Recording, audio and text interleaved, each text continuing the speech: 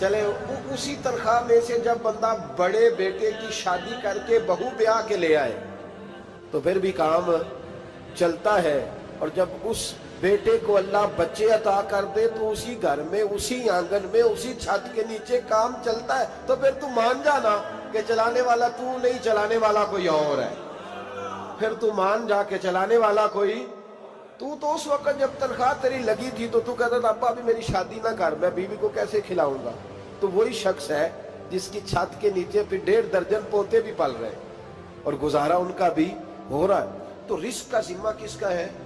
اللہ کا، اللہ کا ذمہ. اب ہمیں پتہ ہے پہلی بات تو پریشانی اس لیے اتار دینی چاہیے کہ ذمہ ہمارا ہے ہی نہیں. اب دوسری بات یہ کہ ذمہ داری کس کی ہے؟ اللہ حکیم بھی ہے اور علیم بھی ہے.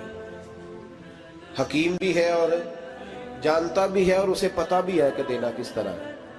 اب ہم پتہ کیا کہتے ہیں؟ کہتے ہیں وہ جو بندہ پجاروں میں بیٹھا ہے وہاں اسے نہیں بیٹھنا چاہیے تھا، اور میرا حق تھا. تجھے زیادہ پتہ ہے کہ اللہ کو؟ بول کے بتانا کس کو پتہ زیادہ ہے؟ کیوں جی؟ تو آپ اصل ٹینشن پتہ کب لگتی ہے؟ جب بندے کہتے ہیں نہیں وہ پجاروں میری تھی، میرا حق تھا. وہ جب گزرتی ہے نا پاس سے مہران کے تو مہران والا ٹینشن بڑی لیتا ہے. حالانکہ اللہ کو زیادہ پتہ ہے کہ وہ حق. ایک بات اپنے ذہن میں یاد رکھ لے، رٹ لے کہ جو میرے لیے بہتر تھا میرے رب نے مجھے دے دیا. اور بات ختم ہو گئی. بس وصل اچھا ہے نہ فراق اچھا ہے، یار جس حال میں رکھے وہی حال اچھا ہے. بس جو میرے حق میں بہتر تھا میرے رب نے مجھے. مسئلہ یہ ہے کہ تو اس پہ راضی ہونے کو تیار نہیں. حضرت علی کرم اللہ تعالیٰ وجہ الکریم نے میرے نبی پاک کی ایک حدیث بیان کی ہے، اور جناب علی جب یہ حدیث بیان کیا کرتے تھے تو حضرت مجاہد فرماتے ہیں یوں لگتا تھا کہ جیسے حضرت علی ہمیں ہر پریشانی سے نکال رہے ہیں. مولا علی شیر خدا رضی اللہ تعالیٰ عنہ فرماتے ہیں کہ مجھے میرے نبی پاک صلی اللہ علیہ وسلم نے ایک طریقہ دیا تھا ٹینشن فری ہونے کا. آپ فرماتے ہیں مجھے تو بڑا راس آیا ہے، تم بھی اگر کر لو گے تو تمہیں بھی فائدہ دے گا. کہا وہ کیا؟ حضرت علی کہنے لگے محبوب علیہ السلام نے فرمایا تھا لوگوں تم اللہ کے دیے ہوئے تھوڑے رزق پہ راضی ہو جاؤ، وہ تمہاری تھوڑی عبادت سے تم سے راضی ہو جایا کرو گا. بس تم 2 نفل بھی پڑھو گے تو اللہ راضی ہو جائے گا. تم 1 رکوع بھی سویرے اٹھ کے پڑھو گے تو وہ راضی ہو جائے گا. وہ تمہارے 313 درود شریف سے راضی ہو جائے گا. تم اس کے دیے ہوئے تھوڑے رزق سے راضی ہو جاؤ. ٹینشن اس لیے ہوتی ہے کہ ہم راضی نہیں جو اس نے ہمیں دیا ہے. وہ حال میں مزید کی جو دوڑ ہے نا، حال میں مزید کی، بے قدرہ کچھ قدر نہ جاتی، کیتی خوب تسلی ہو، دنیا دار پجاری زردے کتیاں دے گل ٹلی ہو، بک بک روشن اکھیاں تکیو ویک حویلی کلی ہو، تے کوچ نصیر اساں جد کیتی پہ جانی تھر تھلی ہو. تو یاد رکھیں یہ جو ہے نا مصیبت کے مال آ کیوں نہیں رہا، وہ سامنے والا پلاٹ میرے گھر کے سامنے ہے گھر کے سامنے، پر رجسٹری میرے نام کیوں نہیں. یہ مصیبت سانس نہیں لینے دیتی. موٹر سائیکل کھڑی کرتا ہے نا جب آ کے دکان سے روٹی کھانے آتا ہے، دفتر سے گھر آتا ہے، کاروبار سے آتا ہے، تو جہاں موٹر سائیکل کھڑی کرتا ہے وہ ٹینشن بڑی ہے کہ کبھی میری ہو جائے نا یہ والی جگہ تو میں یہاں بھی بورڈ لگاؤں اپنے نام. اس نے مالی پریشانی پیدا کی. تو جس حال میں ہے، کیونکہ تو نے اپنا یہ حال خود نہیں بنایا، جس نے بنایا ہے وہ بڑا بہتر جانتا تھا کہ تو اسی حال میں اسے اچھا لگتا ہے. تو اسے اسی حال میں. ایک بزرگ تھے تو ان کی طبیعت بڑی علیل ہو گئی، بیمار ہو گئے، تو اللہ نے آزمائش دی تو کیڑے پڑ گئے وجود میں. ایک کیڑا یہاں سے کھا رہا تھا، اللہ والے بڑے راضی رہتے ہیں اس کی رضا پہ. تو کیڑا یہاں کھا رہا تھا تو نیچے گر گیا، تو بابا جی نے اٹھا کے پھر وہاں رکھ لیا. کہنے لگے جب اس نے تیری ڈیوٹی مجھے کھانے کی لگائی ہے تو میں اس بات پہ راضی ہوں، تو نیچے کیوں گرتا ہے؟ بٹ ٹھیک ہے کھا، جب اس نے تجھے ڈیوٹی جو تیری لگائی. سالبہ بن عبد الرحمن ایک صحابی تھے، سالبہ غالباً نبی پاک صلی اللہ علیہ وسلم کی خدمت میں آئے. کہنے لگے یا رسول اللہ صلی اللہ علیہ وسلم غربت بڑی ہے، میرے لیے دعا کریں اللہ زیادہ مال دے. تو محبوب صلی اللہ علیہ وسلم نے فرمایا تو جس حال میں اچھا ہے وہ تیرے لیے بہتر ہے، اس میں تو ہے وہی حال تیرے لیے. مشکل ہے نا یہ جواب سننا. کہتے پیر صاحب فلاں جگہ سے تویز آیا، وہاں تو وارے نے آرے ہو گئے، تو آپ کے ہاں. تو میں کہتا ہوں یہ تویز دینے والا اگر تویز دے کے امیر بناتا ہے تو پہلے خود کیوں نہیں بنتا؟ یہ خود تو 150 کا تویز بیچ رہا ہے، اپنی بیچارے کی حالت یہ ہے. اگر اتنا ہی تویز اس کا چلتا ہوتا تو پہلے 5 ٹیوب پجارو اس کے دروازے پہ کھڑی ہوتی. عجیب چکر ہے اور عجیب جگہ لوگ الجھ گئے، سمجھتے ہی نہیں بات کو. یا رسول اللہ صلی اللہ علیہ وسلم دعا کر دے تو محبوب نے کیا فرمایا؟ فرمایا تو جس حال میں ہے نا وہ حال تیرے لیے بہتر ہے، اسی میں رہ. کہ نہیں حضور دعا کرے. فرمایا سال بعد تو باز آ جا. حضور دعا کرے. فرمایا تو باز آ جا. 2-3 دفعہ کا ضد کی. محبوب نے فرمایا جا پھر اللہ تجھے زیادہ پیسے دے گا. چند بکریاں خریدی، اتنی برکت ہوئی کہ بکریوں کے ریوڑ بن گئے. پھر کچھ بکریاں بیچ کے گائے خرید لی، ان کے بھی ریوڑ ہو گئے. پھر کچھ اونٹنیاں لے لی، ریوڑ ہی ریوڑ. پہلے 5 وقت مسجد میں آتے تھے، اب فجر اور عشاء رہ گئی. پھر مال زیادہ ہوا تو مدینے شہر میں کوئی جگہ ہی نہیں، مدینے سے باہر حویلی خریدی. پھر جمعہ ہی رہ گیا. جمعے کے جمعے آتے زکوٰۃ کا حکم آیا. میرے نبی کریم علیہ السلام نے حضرت ابو ہریرہ کو بھیجا. فرمایا جا اسے کہہ تیری زکوٰۃ بنتی ہے 2.5%. 10 کروڑ روپیہ ہو تو کتنی زکوٰۃ بنتی؟ بھئی 1 کروڑ کی 2.5 لاکھ ہوئی نا، تو 10 کروڑ کی کتنی ہوئی؟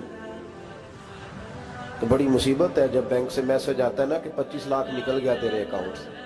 بہت بڑی مصیبت، بڑی ٹینشن ہوتی ہے. ایک صاحب میرے پاس آئے، ان کی زمین اچانک مہنگی ہو گئی. اچانک پہلے کچھ 15-16 لاکھ کی ایکڑ زمین تھی، پھر وہ کروڑ کی ہو گئی. تو میرے پاس آئے، کہنے لگے وہ 10 کروڑ روپے بنتے ہیں تو زکوٰۃ. تو میں نے کہا آپ نے کیا کیا؟ ذری زمین پہ عشر آتا ہے، اس پہ زکوٰۃ نہیں آتی، تو آپ نے کیا کیا؟ کہنے لگے وہ کچھ سوسائٹی کے رول کے مطابق میں نے فائلیں وغیرہ لے لی ہیں، اب میں نا کبھی موقع آئے گا تو ان کو بیچوں گا. تو میں نے کہا اب تو آپ کا یہ مال ہو گیا بزنس کا، تو اب تو اس پہ زکوٰۃ آئے گی. 10 کروڑ پہ جب 25 لاکھ سنا تو کہنے لگے فوراً دینی پڑتی ہے کہ تھوڑی تھوڑی سے بھی کام چل جاتا ہے. تو میں ان کا چہرہ دیکھنے لگا. میں نے کہا نہیں وہ تو آپ کو پتہ ہے. ویسے حضرت عمر فرمایا کرتے تھے بانٹ کے نہ دو، کوشش کرو کسی ایک کو دو، چلو کسی کا تو کچھ بن جائے. تو ایک کو ہی دینی چاہیے. کہنے لگے تو مطلب یہ ایسا ہی حکم ہے؟ میں نے کہا آپ کسی اور سے تحقیق کر لیں. اب یہ بھائی لیتے وقت نہیں تجھے ٹینشن ہوئی کہ 15 لاکھ کا کروڑ ہو گیا تو اس وقت نہیں تو نے کہا کہ یا اللہ. تو یہ کیسی سوچ ہے مسلمان؟ کس طرح کا اس کا؟ ہمارے ہاں جب کسی آدمی پہ حالات خراب ہوتے ہیں نا تو سب سے پہلے وہ اس طرح کرتا ہے کہ جو میں کہیں اللہ کے رستے میں دیتا ہوں پہلے اسے بند کرو. جس رستے تجھے آ رہا تھا پہلے تو نے وہ رستہ بلاک کیا. حضرت اسماء بنت ابی بکر صدیق کہتی ہیں میں حضور کو مسجد کے لیے، ادارے کے لیے، صحابہ صفا کے لیے کچھ دے رہی تھی تو میں نے گننا شروع کیا تو حضور مسکرانے لگے. حضور مسکراتے کیوں ہیں؟ تو فرمانے لگی، محبوب فرمانے لگے اسماء اللہ کے رستے میں گن گن کے نہ دیا کر، ورنہ وہ بھی تجھے گن گن کے دے گا. تو اس کے رستے میں بے حساب دے، وہ بھی تجھے بے حساب ہی عطا فرمائے گا. لیکن پہلے یہ والا پہلے دروازہ بند کرو، یہاں سے پیسے ختم ہو رہے ہیں. تو اس طرح کرنا بھائی. اس دفعہ سوٹ ذرا گرمیوں والے نہ خرید، لیکن جو تو اللہ کے رستے میں دے رہا ہے اسے دیتا رہے. لیکن ہم اپنا نقصان کرتے ہیں، زیادتی کرتے ہیں اپنے ساتھ. میں نے آپ کو پہلے بھی بتایا تھا پیار کی بولی ہے، پھر بولتا ہوں. ایک بڑے بڑے پیار والے دوست ہیں، ایک دفعہ مجھے کہنے لگے کہ آپ کئی دفعہ اعلان کرتے ہیں تو مجھے اچھا نہیں لگتا، اور آپ ادارہ بھی بہت زیادہ بننے والا ہے، بڑی چیزیں میں دیکھتا ہوں جو ہوں تو بڑا نظام اچھا ہو جائے. آپ دعا کریں اللہ مجھے پیسے دے تو میں بڑے سارے خرچ کروں گا اس کے رستے میں. تو میں نے کہا یا اللہ اسے 10 کروڑ دے، یہ 9.5 کروڑ تیرے رستے میں دے دے گا. تو چپ کر گیا، جس طرح آپ نہیں کر گئے سارے، چپ کر گیا وہ بھی. اس نے کہا جی نہیں جی انشاءاللہ کریں گے. تو میں کیا پلیا جی دے دعا پہ ہوں دیا، ابھی تو وہ آئیں گے تو تب دیکھی جائے گی. تو یہیں اڑ گیا ہے. یعنی 9.5 کروڑ اللہ کے رستے میں خرچ کرنے کی دعا پہ بھی آمین کوئی نہیں کہتا کہ چلو آمین ہی کہہ دیں. تو میں کہا تینوں تے 50 لاکھ بچتا سی پیا، لیکن تو اس سودے پہ تیار ہے. جب یہ سوچ ہوتی ہے، یہ غلط سوچ ہے.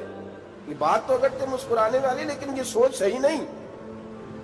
حضرت عثمان غنی رضی اللہ تعالیٰ عنہ کہتے ہیں جس وقت نبی پاک صلی اللہ علیہ وسلم نے اعلان کیا نا جنگ کے موقع پر کہ 800 سپاہیوں کا خرچہ چاہیے، کہتے ہیں میرے پاس 600 کا تھا.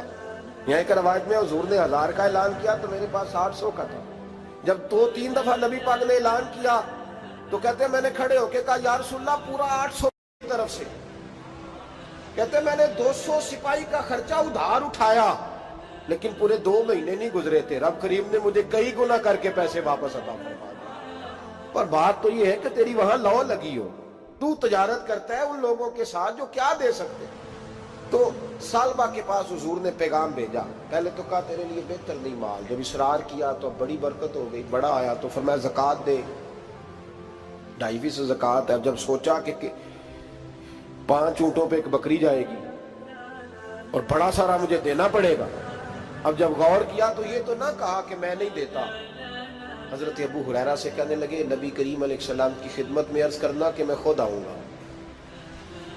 حضرت ابو ہریرہ نے آ کے عرض کی یا رسول اللہ صلی اللہ تعالی علیہ وسلم، حضور وہ کہتے تھے میں خود آؤں گا، تو کہتے ہیں محبوب نے ٹھنڈی سانس لی، فرمایا اسے کہا تھا کہ تیرے لیے مال بہتر نہیں، اب ہلاک ہو گیا، ہائے افسوس ہلاک ہو گیا۔ ان کو بھی تھوڑی دیر کے بعد احساس ہوا کہ یہ میں نے کیا کیا، نبی پاک کوئی کہہ دیا نہیں ہے، حضور کو کہہ دیا بعد میں آؤں گا۔ اب دوڑے آئے، عرض کی حضور میں سارا کچھ لے کے آئے ہوں، قبول کر لیں۔ محبوب نے فرمایا گویا بلال حبشی کی خشک کھجور بھی قبول ہے، اور صہیب رومی ایک اٹی بان کی لائے تو وہ بھی قبول ہے، اور عمار بن یاسر اور مصعب بن عمیر اگر 2 دینار دے جائیں اور کوئی پرانا جوڑا کسی سپاہی کے لیے چھوڑ جائے تو وہ بھی قبول ہے، لیکن تو اپنا لاکھوں لے کے چلا جا، تیرا کوئی نہیں قبول، معاف کر دیں۔ فرمایا جا معاف کیا، پر پیسے لے کے نہ آنا۔ اگلے سال پھر آئے، بندے ہوئے ہاتھ ہیں، محبوبہ میں دولت کا کیا کروں گا، آگ لگانی ہے، قبول کر لیں۔ فرمایا تو لے جا، تیرا نہیں قبول، گرا جو ان کی نگاہ سے وہ سنبھل نہیں سکتا۔ حضور نے وصال ظاہری کیا تو جناب صدیق اکبر کے پاس آئے، لاکھوں کا مال، ابو بکر قبول کر لو، تو جناب صدیق اکبر کہنے لگے اس کا کر لو جس کا نبی نے نہیں کیا، چل جا کوئی نہیں چاہیے۔ حضرت عمر کے زمانے میں قحط پڑ گیا، بارشیں نہیں ہوتی، غلہ نہیں ملتا، حالات خراب ہے، مالی طور پہ بحران آ گیا، غربتیں، مجبوریاں، تکلیفیں، آ کے روئے، عمر میرا قبول کر لو، مجھے معافی تو مل گئی تھی نا۔ فرمایا معافی اپنی جگہ پہ، پر جس کا مصطفیٰ نے قبول نہیں کیا۔ بہت سارے لوگوں کو پتہ ہی نہیں کہ ان کا قبول ہی نہیں ہوا، اور وہ الجھے ہوئے، انہیں خبر ہی نہیں کہ اصل بات کیا ہے۔ فرمایا جس کا مصطفیٰ کریم نے قبول نہیں کیا، اب ہیرے اور جواہرات بھی لے کے آئے تو بھوکے مریں گے، پر اس کا قبول، اس بات پہ راضی رہو، اس حال میں اللہ نے رکھا ہوا، اس حال میں راضی رہو۔ جو مصیبت ہے نا دیکھنی کہ وہ بھی میرے پاس، تمہیں کیا پتا، کبھی پوچھ تو صحیح اس سے وہ کس مصیبت کا شکار ہے، جو مالی طور پہ بڑا امیر ہے، تو اس کی طرف دیکھ کے اپنا دل برا کرتا ہے۔ بس جس حال میں رب نے رکھا ہے اس حال میں رہ۔ حضرت عثمان غنی کے زمانے میں تو وہ وصال کر گئے، لیکن بھائی تو جس حال میں تیرا رب تجھے رکھتا ہے اس حال میں رہ، تیری مالی پریشانیاں ختم ہو جائیں۔ میں نے پہلے بھی شاید آپ کو ایک دفعہ کہا تھا، میں تعلیم سے فارغ ہوا تو میرے ایک استاد اور میرے کچھ دوست کہنے لگے افریقہ آ جائیں آپ، وہاں بہت بڑا ادارہ ہے، اس کو چلائیں، اس کو سنبھالیں۔ میری والدہ سے میں نے کہا، کچھ طبیعت ہوتی ہے نا انسان کی، میرا بھی دل لگ گیا۔ میری اماں پڑھی نہیں تھی لیکن اللہ نے دانائی بڑی عطا فرمائی تھی، حکمت بڑی تھی، سیانی بڑی تھی۔ تو میں نے کہا اماں جی وہ مجھے ساؤتھ افریقہ کی دعوت ہو رہی ہے تو آپ کیا کہتی ہیں؟ تو اٹھ کے میرے پاس آ گئی اور مجھے انہوں نے اپنے بازوؤں میں لے لیا، پھر میرا ماتھا چوما، کہنے لگی پتر میں تے وال بھی نہ پوٹ کے دیوا کسی نے، ہم نے دولت کا کیا کرنا، تو اللہ کا نام لے کے کہیں بیٹھ جا، رب کریم رون کے لگا دے گا، خیر ہو جائے۔ تو میرے بھائی یاد رکھیں ان چیزوں سے تھوڑا سا دیکھیں نا، قناعت کریں، جو اللہ نے دیا اس پہ راضی ہو جائیں، اللہ بڑا مہربان ہے، وہ آسانیاں کر دیا کرتا ہے۔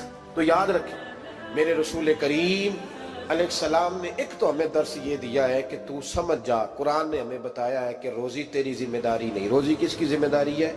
اللہ کی۔ اور دوسری بات یہ کہ جو اللہ نے تمہیں دیا ہے اس پہ تو راضی ہو جا، تیری مالی پریشانیاں ختم ہو جائیں۔ اور پھر حضور صلی اللہ علیہ وسلم نے فرمایا مذہبی طور پر جب دیکھو تو آگے دیکھو، اور دنیاوی طور پر جب دیکھو تو پیچھے دیکھو، پریشانی ختم ہوگی۔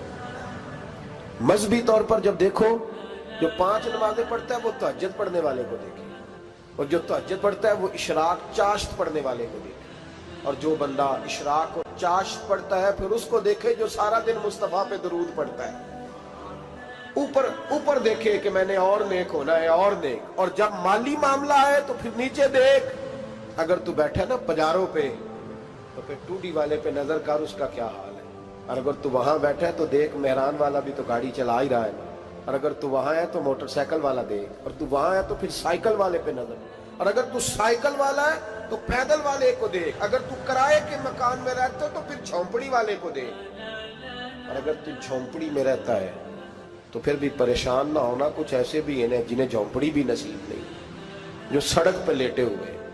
اور اگر تو تندرست ہے نا تو کبھی جا کے ہسپتال میں دیکھ حال کیا ہے، لوگ کس حال میں ہیں. تو ہم شکر نہیں ادا کرتے. اس کا نقصان کیا ہوتا ہے؟ نعمتیں چلی جاتی ہیں. اللہ فرماتے ہیں لئن شکرتم لازیدنکم، تو شکر ادا کر، میں نعمتوں میں اضافہ کر دوں. تو بھائی مالی پریشانی کا تیسرا سبب یہ ہے کہ ہم دیکھتے ہیں مالی طور پر اوپر، تو پھر ہمیں طبیعت بگڑتی ہے. اور پھر مالی پریشانیوں کے کچھ اور اسباب بھی ہیں. امام شافعی فرماتے ہیں جن گھروں میں لوگ فجر کی نماز کے وقت سوئے ہوتے ہیں ان گھروں میں رزق نہیں آتا. آپ فرماتے ہیں فجر کا وقت اللہ کے دینے کا وقت ہے، اس وقت اللہ بانٹتا ہے. حضور صلی اللہ علیہ وسلم کا فرمان ہے نا حدیث میں کہ تہجد کے وقت اللہ پہلے آسمان پہ نزول اجلال فرماتا ہے جو اس کی شان کے لائق ہے تہجد کے وقت، اور وہ کہتا ہے مانگو میں تمہیں عطا کروں گا. لینے کی باری آئے تو بندہ سمیٹ سماٹ کے اندر گھس جائے. ہمارے ہاں یہ ہوتا ہے کہ عشاء کے بعد بچے بیٹھتے ہیں موبائل لے کے، تہجد کا وقت آتا ہے تو ان کی آنکھیں بند ہونی شروع ہوتی. تو لینے کے وقت تو سویا تھا، ذرا مسئلہ کیسے حل ہوگا؟ بھائی جب کوئی آدمی خیرات بانٹ رہا ہو تو جو پیالہ پیچھے کر لے اسے ملے گا؟ کہتے اس وقت ستا اٹھ کے کوئی نہیں خوش ہوتا،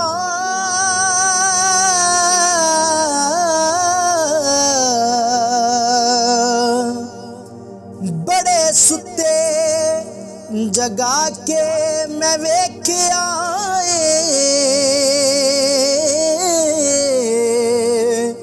اوے کتے جیا نہیں کوئی وفادار ڈٹھا تے ٹکر سکا بھی پا کے ویکھ آئے.